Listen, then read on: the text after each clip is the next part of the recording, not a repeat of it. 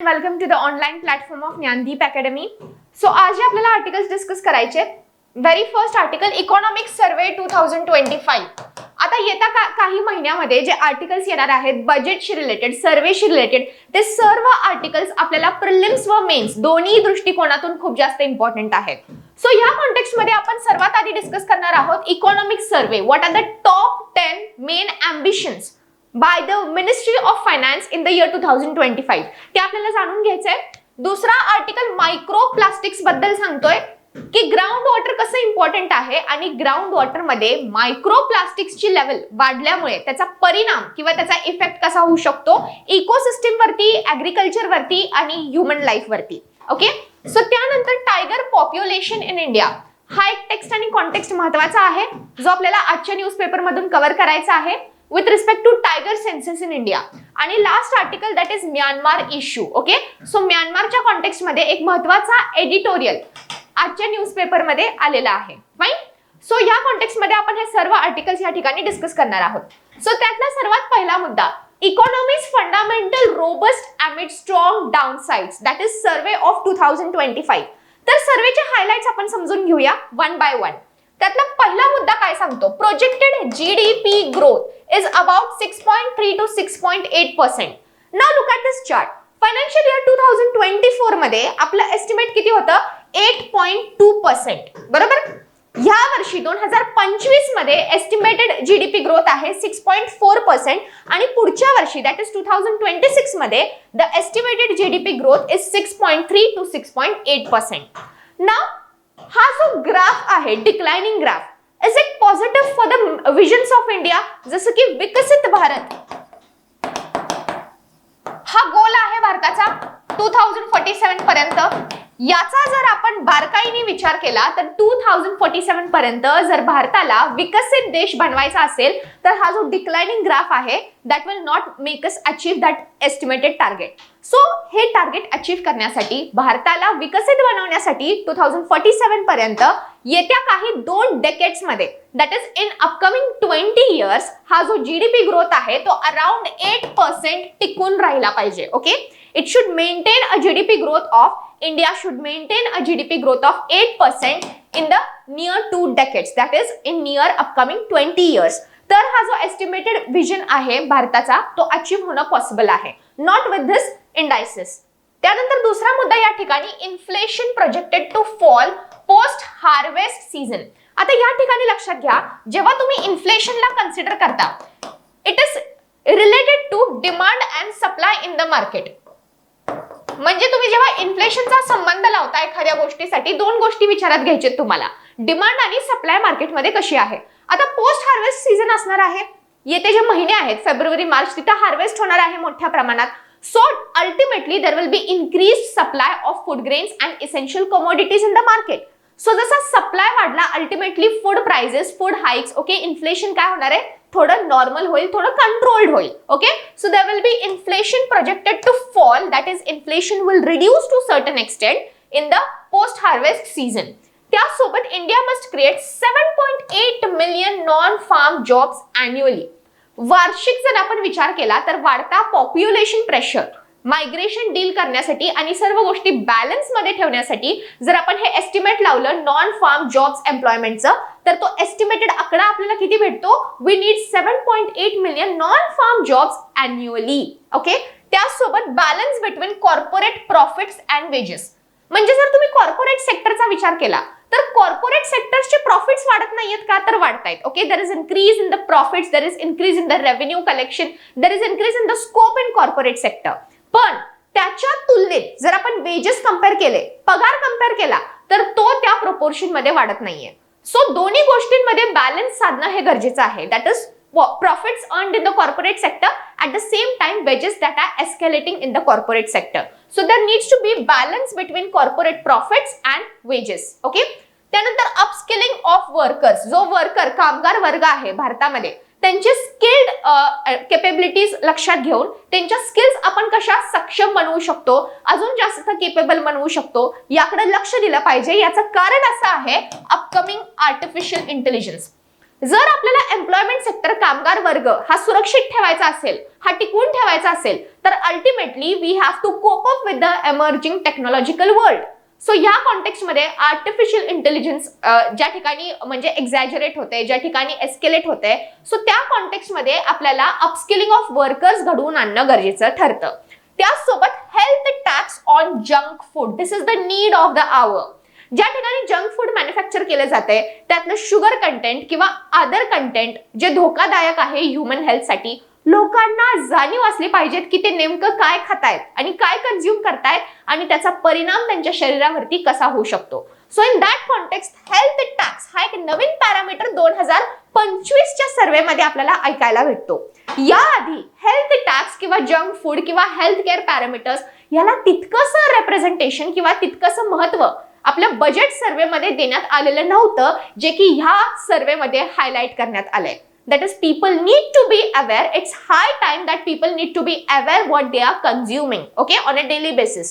So त्या context मध्ये health tax on junk food हा एक महत्त्वाचा पॅरामीटर आहे.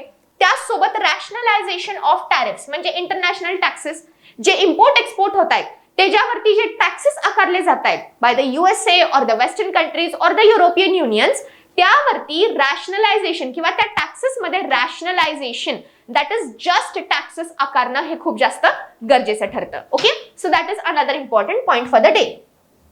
त्यानंतर सर्वेने अजून काय हायलाइट केलंय, इन्फ्रास्ट्रक्चर रिक्वायरमेंट. येस, भारतामध्ये इन्फ्रास्ट्रक्चरची रिक्वायरमेंट तितकीच. जर बघा आपल्याला विकसित देश बनवायचा आहे, आपल्याला क्लीन आणि ग्रीन एनर्जीकडे शिफ्ट व्हायचंय, रिन्युएबल सोर्सेस ऑफ एनर्जीकडे शिफ्ट व्हायचंय, तर या सगळ्या गोष्टींचा मूळ एकच येतो की ऑलमोस्ट हे सगळं अचीव्ह करण्यासाठी आपल्याला नवीन इन्फ्रास्ट्रक्चर उभं करणं गरजेचं ठरतं.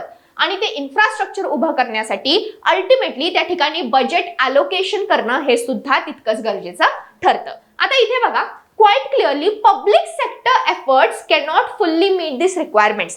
हे स्टेटमेंट सर्वात महत्वाचं आहे की जे वाढतं बजेट अलोकेशन आहे इन्फ्रास्ट्रक्चर सेक्टरमध्ये किंवा जी वाढती डिमांड आहे इन द इन्फ्रास्ट्रक्चर रिक्वायरमेंट, त्या कॉन्टेक्स्ट मध्ये फक्त सरकार याचा पैसा किंवा खर्च पुरवू शकत नाही, त्यामध्ये प्रायव्हेट एंगेजमेंट सुद्धा तितकीच महत्वाची ठरते.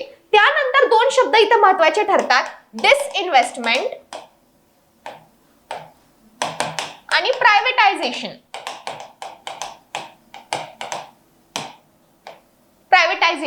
आता या दोन गोष्टी समजून घ्या. जेव्हा सरकार आपली सरकारी जमीन किंवा एखादी सरकारी प्रॉपर्टी त्याची डिसइन्व्हेस्टमेंट करते, याचा अर्थ काय झाला की सरकारने ती कंपनी किंवा ती इन्फ्रास्ट्रक्चरल बिल्डिंग एका प्रायव्हेट सेक्टरला फक्त ऍडमिनिस्ट्रेशन साठी सोपवली. आणि जेव्हा आपण प्रायव्हेटायझेशन हा शब्द वापरतो, ओके, आपल्या प्रिलिम्सच्या क्वेश्चन्स मध्ये तुम्ही वाचता किंवा कुठं बघता, सो प्रायव्हेटायझेशनचा अर्थ काय झाला, तिथे तुम्ही मॅनेजमेंट तर दिलेलंच आहे पण पूर्णतः कंट्रोल सुद्धा, ताबा सुद्धा पूर्णतः तुम्ही प्रायव्हेट सेक्टरला देऊन टाकलेला आहे, सोपविलेला आहे. ओके, सो ह्या दोन शब्दातला फरक समजून घ्या. डिसइन्व्हेस्टमेंट म्हणजे फक्त तुम्ही ऍडमिनिस्ट्रेशन हँडओव्हर करताय, प्रायव्हेटायझेशन म्हणजे तुम्ही ऍडमिनिस्ट्रेशन प्लस कंट्रोल म्हणजे पूर्णतः ती कंपनीज तुम्ही काय करताय म्हणजे प्रायव्हेट सेक्टरला देताय. त्यानंतर या ठिकाणी ऍसेट मॉनिटायझेशन सुद्धा केलं जातं. ओके, म्हणजे फॉर एक्झाम्पल सरकारला एक नवीन पाईपलाईन कन्स्ट्रक्ट करायची आहे for supply of natural gas और लेट अस से पेट्रोल. सो त्या कॉन्टेक्स्ट मध्ये म्हणजे ते इन्फ्रास्ट्रक्चर कॅरी आउट करण्यासाठी सरकारकडे पुरेसा पैसा नाहीये, taking into account the total expenditure of the country. So सरकार काय करेल, त्यांची जी एखादी सरकारी जमीन असेल किंवा सरकारी प्रॉपर्टी असेल जी त्यांच्यासाठी आत्ता ह्या स्टेजमध्ये तितकीशी महत्वाची नाहीये, ती प्रॉपर्टी ते ऍसेट सरकार काय करू शकतं, त्याचं मॉनिटायझेशन करू शकतं.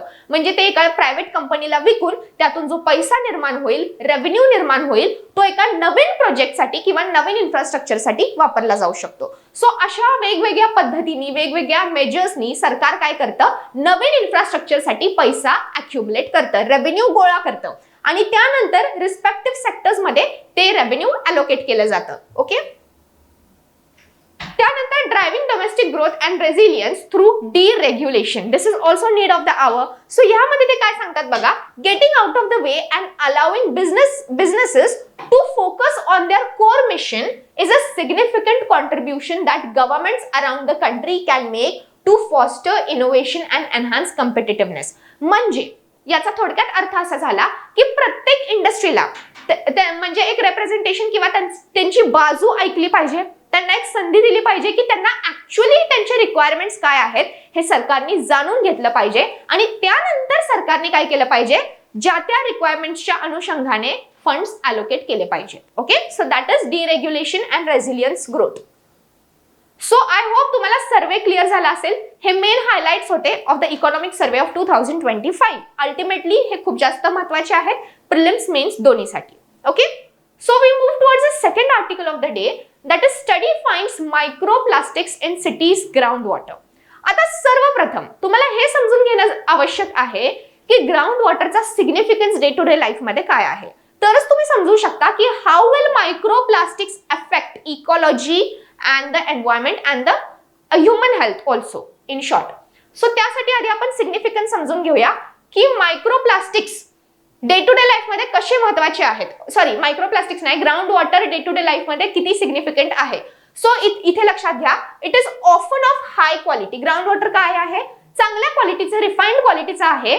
कारण अल्टिमेटली जेव्हा ग्राउंड वॉटर जमिनीच्या अप्पर लेअर पासून ते ग्राउंड वॉटर लेवल पर्यंत पोहोचतं, it is naturally filtered by the Roxx and the layers of the Roxx present in between. Okay, so it is often of high quality because it is naturally filtered through soil and rock layers, reducing the risk of contamination compared to the surface water. त्यानंतर it plays a fundamental role in agricultural activities which consume about 70% of the global fresh waters, especially for irrigation. म्हणजे त्यांचा सांगण्याचा अर्थ असा आहे की ground वॉटरचा significance agriculture मध्ये, एक्स्पेशली irrigation मध्ये त्यांचं कॉन्ट्रीब्युशन, ओके, त्यांचं योगदान खूप जास्त आहे.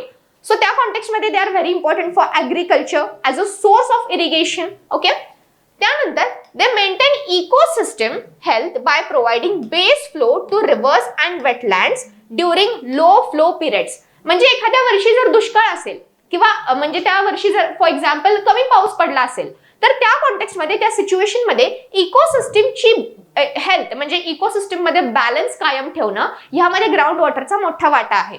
त्यानंतर it supports aquatic habitats, sustains vegetation and contributes to biodiversity. Ultimately, groundwater is crucial buffer during droughts or when surface water sources are limited. Ultimately, जर तुमच्या नद्यांमध्ये पाणी नसेल, समुद्रामध्ये किंवा सी वॉटर्स रेप्लेनिश झाले नसतील, ग्लेशियर्स मेल्ट झाले नसतील, जर सर्व कंडिशन्स अगेन्स्ट असतील इन अवेलेबिलिटी ऑफ वॉटर, तर अल्टिमेटली ह्युमन बीइंग्स कशावरती रिलाय करणार आहेत, ग्राउंड वॉटर रिझर्व्ह वरती रिलाय करणार आहेत. म्हणजे जेव्हा सर्व ठिकाणी म्हणजे तुमचे ऑप्शन्स क्लोज होतात, तेव्हा you have to ultimately rely on the ground water reserve. Okay, ground water storage can help mitigate, that is manage और deal with the impacts of climate change such as extended dry periods and altered precipitation patterns. म्हणजे ज्या ठिकाणी पुन्हा तोच मुद्दा की पावसाचा pattern जर सडनली बदलला, एखाद्या वर्षी खूप कमी पाऊस पडला, सो त्या अशा क्लायमेट चेंजच्या सिच्युएशन्स मध्ये कॉम्बॅट करण्यासाठी तुम्हाला ग्राउंड वॉटर रिझर्व्ह हे महत्त्वाचे रिसोर्सेस ठरतात. Okay, so that was the significance of ground water. आता आपण समजून घेणार आहोत की मायक्रोप्लास्टिकचं प्रमाण जर ह्या ग्राउंड वॉटर रिसोर्सेस मध्ये वाढलं तर त्याचा परिणाम काय. ठीक आहे, that is the impact. Okay, this is very important. तुम्हाला प्रश्न इथं पण येऊ शकतो आणि सिग्निफिकन्स ऑफ ग्राउंड वॉटर त्यावरती पण येऊ शकतो. सो ह्यामध्ये पहिला मुद्दा बघा, microplastics can adversely affect the soil structure, impair nutrient cycling and alter microbial communities. आता हा मुद्दा खूप जास्त महत्वाचा आहे.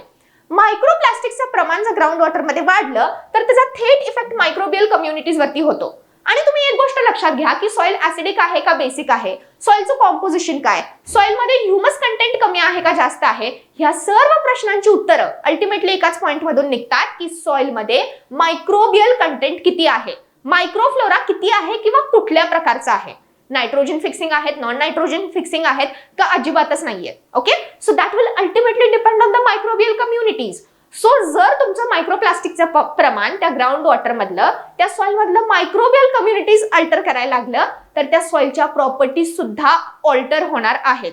ही गोष्ट लक्षात घ्या. सो म्हणजे मायक्रोप्लास्टिक्समुळे काय झालं, सॉइल क्वालिटी बदलली, दॅट इज सॉइल मधलं मायक्रोबियल कंटेंट किंवा मायक्रोबियल कम्युनिटीज कॉम्प्रोमाइज झाल्या तर त्या सॉइलची क्वालिटी किंवा त्या सॉइलच्या कॉम्पोजिशन त्यातले घटक सुद्धा कॉम्प्रोमाइज होणार आहेत. Ultimately influencing the overall functionality and resilience of groundwater dependent ecosystems.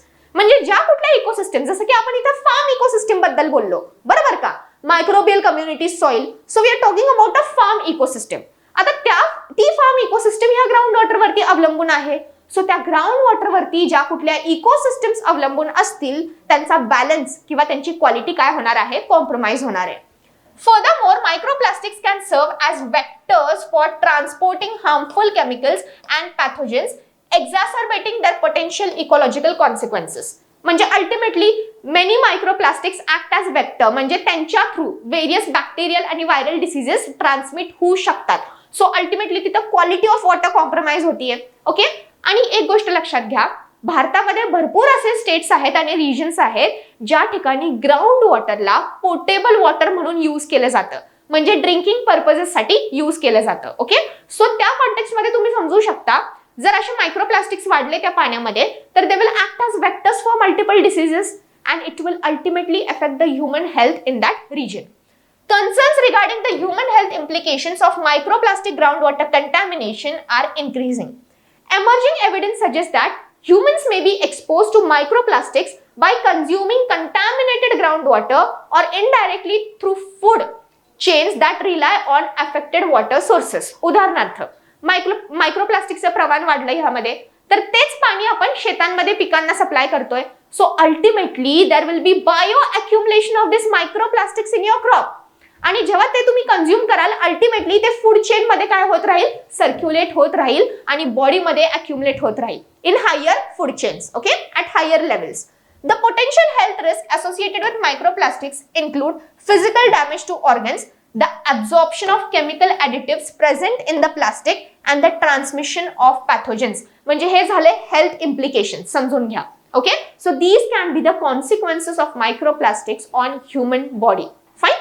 So that was the overall impact of the increase of microplastics in groundwater. तर हे इम्पॅक्ट किंवा ग्राउंड वॉटरचा सिग्निफिकन्स ऑब्व्हियसली तुमच्या न्यूज आर्टिकल मध्ये explain केलेला नाहीये, त्यांनी फक्त तो तिथं मुद्दा दिलाय.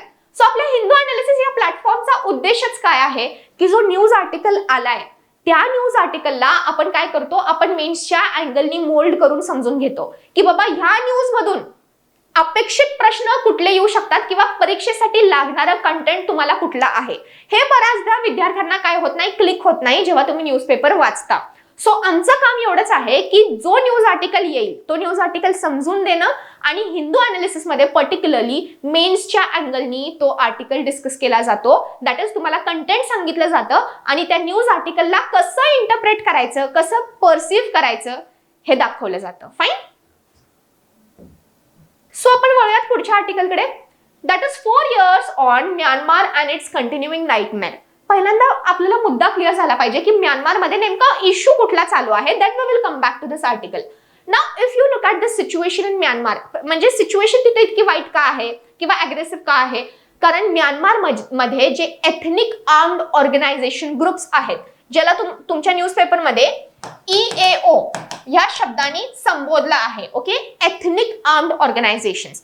आता एक गोष्ट लक्षात घ्या, एथनिक आर्म्ड ऑर्गनायझेशन हा एक ग्रुप नाहीये, हे हे एक नाव आहे मल्टिपल एथनिक ऑर्गनायझेशन्सला. ओके. लक्षात घ्या, जेव्हा म्यानमार इंडिपेंडेंट झाला फ्रॉम द ब्रिटिश रूल त्या ठिकाणी वेरियस एथनिक ग्रुप्स प्रत्येकाने आपलं आपलं ऑर्गनायझेशन बनवलं आणि त्यांचं वैयक्तिक असं मत होतं की अखंड म्यानमार आमच्या एकट्याच्या एथनिक ग्रुपला बिलॉंग करतो. इथं सरकार किंवा डेमोक्रेसी किंवा म्हणजे त्या ठिकाणी कुठलीही सरकार निर्माण होऊ शकत नाही. ही तिथल्या लोकांची म्हणजे मेजॉरिटी लोकांची काय आहे, मेंटॅलिटी आहे. ओके. सो त्या ठिकाणी ethnic armed organisation is a term. Okay. ही एक टर्म आहे जी वेरियस एथनिक ऑर्गनायझेशन्सला रिप्रेझेंट करते. There are multiple ethnic organisations presently in Myanmar who rebel or who revolt against the armed forces in Myanmar. म्हणजे Myanmar मधले जे armed military forces आहेत त्यांच्या विरुद्ध किंवा त्यांच्या अगेन्स्ट हे एथनिक आर्म्ड ऑर्गनायझेशन्स काय करतात, रिव्हॉल्ट्स किंवा व्हायलन्स चालवतात. ओके. आणि त्याच्यामुळे म्यानमार मधली सिच्युएशन किंवा सिनॅरिओ खूप जास्त काय आहे, डिस्टर्बिंग आहे. नाउ लेट अस अंडरस्टँड की तिथले प्रॉब्लेम्स किंवा तिथले डिवास्टेटिंग इम्पॅक्ट्स काय काय आहेत. एरियल अटॅकचे प्रमाण तिथं खूप जास्त आहे by the ethnic armed organisation against the armed forces of Myanmar. बरोबर. So aerial attacks that previously occurred mainly in border areas intensified in Myanmar's heartlands. Sagyang region located in the central and northwest Myanmar was increasingly targeted with devastating consequences. त्यासोबत arbitrary detention and unfair trials, म्हणजे जो इतिहासात आपण एखादा मुद्दा शिकलो होतो की आर्बिट्री डिटेन्शन होतं बरोबर लोकांचं, रावलत ऍक्ट तुम्हाला आठवत असेल. सो त्याच प्रकारे इथं काय होतंय, आर्बिट्री म्हणजे कोणालाही त्यांच्या अगेन्स्ट खटला दाखल न करताच त्यांना डिटेन करण्यात यायचं, आणि अनफेअर म्हणजे खूप जास्त हिनियस किंवा इनह्युमन त्यांच्यावरती चार्जेस लावले जायचे, ज्याच्यासाठी ते रिस्पॉन्सिबल पण नव्हते. So grossly unfair trials continued in which more than 1,600 people were sentenced to terms of imprisonment, hard labor and in some cases death penalty सुद्धा दिली जायची, and without any reason or without that much intensified crime or scene. Trials took place in makeshift courts in prisons and in military tribunals, and defendants typically had limited or no access to lawyers. म्हणजे तुम्ही इथं बघू शकता की जी judicial system आहे, न्याय व्यवस्था आहे, ती पूर्णतः ढासळलेली आहे बरोबर. पोलीस सिस्टीम म्हणू शकता तुम्ही. तर आता पोलीस सिस्टीमचा जर विचार केला तर इंडियामध्ये पोलीस हा सब्जेक्ट कुठल्या लिस्ट मध्ये येतो, कॉन्क्रीट लिस्ट मध्ये येतो, स्टेट लिस्ट मध्ये येतो का युनियन लिस्ट मध्ये येतो? आपल्या भारतामध्ये पोलीस हा सब्जेक्ट आहे स्टेट लिस्ट मधला. ओके, लक्षात ठेवा. सो त्या ठिकाणी अशी कुठलीही सिस्टीम नाहीये तिथं आर्बिट्री म्हणजे विदाउट एनी रिझन कुठल्याही ठोस मुद्द्याविना कुणालाही उचललं जातं डिटेन्शन अंडर, आणि त्यांच्यावरती ट्रायल्स म्हणजे अनफेअर ट्रायल्स लावले जातात, अनफेअर चार्जेस इम्पोज केले जातात. मीडिया फ्रीडम्स रेस्ट्रिक्ट करण्यात आलेले आहेत. फ्रीडम ऑफ स्पीच आणि एक्सप्रेशन लोकांचा व्हायलेट झालेला आहे. So it remained सिव्हिअरली restricted. At least 6 journalists and other media workers were arrested or sentenced to prison terms during the year from 2022 till 2024. Okay? त्यानंतर internally displaced people's rights.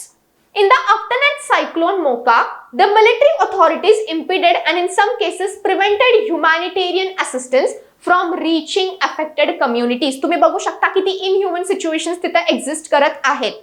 In the 21st century, ज्या ठिकाणी एकीकडे देश artificial intelligence कडे चालला आहे, okay, automation आपण म्हणजे डे टू डे लाईफ मध्ये आणत आहोत, त्या ठिकाणी ह्या सिच्युएशन्स म्यानमारमध्ये आज एक्झिस्ट करतायत.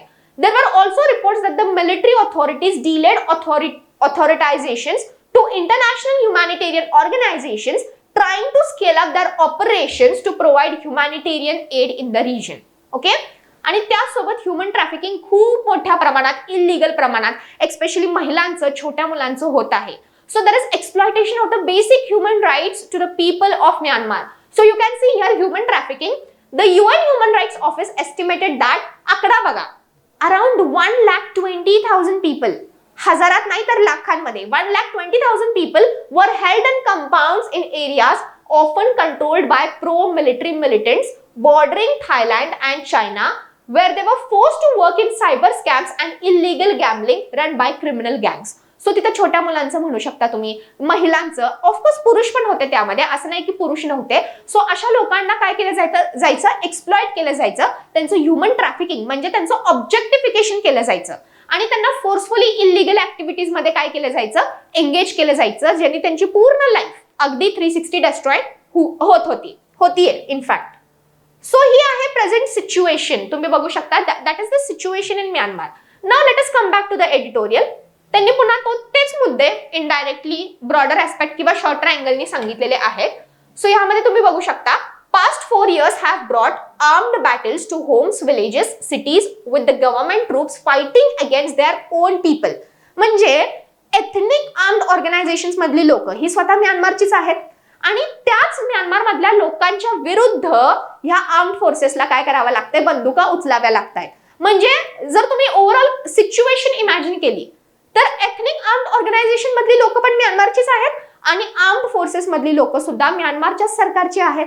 So there is conflict between the people of Myanmar and people of Myanmar itself. Okay, इथं कुठला थर्ड फोर्स किंवा एक्सटर्नल एजंटच नाहीये, म्हणजे म्यानमार मधल्याच म्यानमारमध्ये काय चालू आहे, युद्ध चालू आहे. People's Defense Forces in all parts of the country, north, south, east and west, not excluding the heartland where the majority Bamar communities live. आता Bamar communities लक्षात घ्या, 90% of the population in Myanmar belong to this Bamar communities, किंवा तुम्ही असं म्हणू शकता majority population जे आहे म्यानमारमध्ये दॅट इज बामर कम्युनिटीज. हा शब्द लक्षात ठेवा, प्रिलिम्स मध्ये विचारला जाऊ शकतो. The resistance is broadly coordinated by the unorganized national unity government. The cost of the conflicts are high. म्हणजे त्याचे परिणाम आपण आताच बघितले. Human trafficking, restriction of freedom of speech and expression, death penalties लोकांना विनाकारण दिल्या जात आहेत. म्हणजे लोकांचं थोडक्यात काय आहे, एक्सप्लॉयटेशन होत आहे पूर्ण 360 डिग्री मध्ये. Independent sources have spoken of indiscriminate attacks and unlawful killings by the junta that are characterized by their brutality and inhumanity. Okay? The country stands divided into 3 zones. 3 zones मध्ये तुम्ही कंट्रीच्या म्हणजे सिच्युएशनला सिव्हिअरिटीच्या बेसिसवरती classify किंवा distinguish करू शकता. Central parts remains broadly under military control. Peripheral areas मध्ये generally resistance चालू आहे, that is revolts चालू आहेत. Armed battles with aerial bombardments by the military occur in the civilian regions located in the both zones. म्हणजे central आणि peripheral reasons मध्ये जिथे communities लोक राहतात तिथे तर म्हणजे बॉम्ब वगैरे ब्लास्ट वगैरे व्हायलन्स चालू आहे मोठ्या स्केल मध्ये. ओके, तर नेबर्स इन द पिक्चर, आता याला मदत कोण करू शकता आणि कोण करतंय बेसिकली. आता इथे बघा, there are challenges, जसं की म्यानमार's border with India and Bangladesh are now controlled by EAOs and not the government. Problem मुद्दा इथे असा आहे की जरी आपल्याला भारताला जरी मदत करायची असली म्यानमारची किंवा नेगोशिएट करायचं असलं तरी ते पॉसिबल नाहीये, कारण सध्या तिथे सरकारचं राज्य नाहीये किंवा सरकारची सत्ता चालत नाहीये. तर तिथं जे बॉर्डर्स रेग्युलेट केले जात आहेत, कंट्रोल केले जात आहेत, ते आर्म्ड फोर्सेसच्या अंडर नाहीयेत, तर ते कुणाच्या हातात आहेत, एथनिक आर्म्ड ऑर्गनायझेशन्सच्या हाती आहेत. सो भारताला जरी वाटलं की मदत करावी तरी भारताचे हात बांधलेले आहेत, there is no scope. Okay, त्यानंतर there is lack of trust between India and China and India and Bangladesh as there is change in regime in the Bangladesh. बरोबर. त्यानंतर Thailand, the only big neighbour and the Asian member, is uniquely position to help but it faces limitations that it cannot overcome. Again, so थायलंडचे पण काय restrictions आहेत. So ह्या context मध्ये meanwhile China has substantially increased its influence since the coup. It will continue to be a dominant player, especially as the West shows declining interest in Myanmar. So जेव्हा बाकी सगळे surrounding neighbours त्यांनी हात वर केले, त्यांचं तिथं काय चालत नाहीये, आणि जेव्हा वेस्टर्न कंट्रीजनी सुद्धा जसं की अमेरिकाने सुद्धा इंटरेस्ट दाखवलेला नाहीये म्यानमारमध्ये, सो तिथे एक पोटेन्शियल पॉवर आहे जी म्यानमारचा ट्रस्ट गेन करू शकते आणि त्यांच्यासोबत रिलेशन्स डीपन करू शकते, ती म्हणजे none other than China. Okay, so China can make substantial and successful attempts in resolving the situation of Myanmar. Fine, पण त्यात पण चायना काय करेल हे भविष्यात बघणं इंटरेस्टिंग राहील with respect to the situation in Myanmar. Now we come towards the last article of the day, that is tiger census. Particularly India's tiger population is rising or has rose by 30% over 2 decades. म्हणजे मागच्या 20 वर्षांमध्ये tiger population भारतामध्ये 30% वाढलेला आहे. थोडक्यात हा मुद्दा आपल्याला महत्त्वाचा आहे. आता इथे बघा, सर्वात महत्त्वाचा मुद्दा म्हणजे टायगर सेन्सस बद्दल लास्ट पॅराग्राफ. टायगर सेन्सस किती वर्षांनी कंडक्ट केले जातात? दर 4 वर्षांनी. Okay, tiger census are conducted every 4 years. पहिले सेन्सस कंडक्ट करण्यात आले होते इन द इयर 2006. बरोबर. तर त्यामध्ये त्यांनी सांगितलंय बघा, as per government data released on 26 July 2024, India is a home to 70% of the world's tiger population. म्हणजे जगामधले, बरं का, भारतातलेच तर नाही पण जगामधले 70% टायगर पॉप्युलेशन हे इंडियामध्ये आढळतात. As per the data, the tiger population in 2006 was 1411. It increased to 1706 in 2010 and to 2226 in the year 2024. So there is increase in tiger population every year by year. Okay? आता त्यामध्ये अजून 2 गोष्टी महत्त्वाच्या आहेत. 2 प्रश्न महत्त्वाचे आहेत प्रिलिम्सच्या दृष्टीने की which state in India has highest tiger population, आणि दुसरा प्रश्न म्हणजे which tiger reserve in India has highest tiger population. तर तुम्हाला जर स्टेट विचारलं तर त्याचं उत्तर राहील मध्य प्रदेश, लक्षात ठेवा. आणि जर तुम्हाला विचारलं की विच टायगर रिझर्व, तर त्याचं उत्तर राहील जिम कॉर्बेट, उत्तराखंड. हे लक्षात ठेवा. So which state has highest tiger reserve, which state has highest tiger population? Madhya Pradesh. Which tiger reserve has highest tiger population? Jim Corbett, Uttarakhand. एवढं लक्षात ठेवा. फाईन. आणि ऑफकोर्स किती टक्क्यांनी वाढ झाली आहे टायगर पॉप्युलेशन मध्ये? 30%. Okay, Beyond ecological factors, economic prosperity and cultural values have influenced tiger persistence. म्हणजे बऱ्याच ठिकाणी ह्या ठिकाणी त्यांना म्हणायचंय की इकॉलॉजिकल प्रॉस्पेक्ट सोबतच इकॉनॉमिक प्रॉस्पेरिटी सोबतच कल्चरल व्हॅल्यूज सुद्धा मोठ्या प्रमाणात कॉन्ट्रीब्यूट करतात टायगर पॉप्युलेशन मेंटेन करण्यासाठी. Regions with lower dependence on forest resources and better socio-economic conditions have witnessed higher tiger recolonization. Okay, so हा एक मुद्दा लक्षात ठेवा. ह्यामध्ये इंडायसेस विचारले तर विचारले जाणार आहेत. मेन साठी हा आर्टिकल इम्पॉर्टंट नाहीये. This is particularly important for your prelims exam. Okay, so by this we come towards end of today's Hindu analysis and I stop here for today. We'll meet on next week, next Monday. Thank you.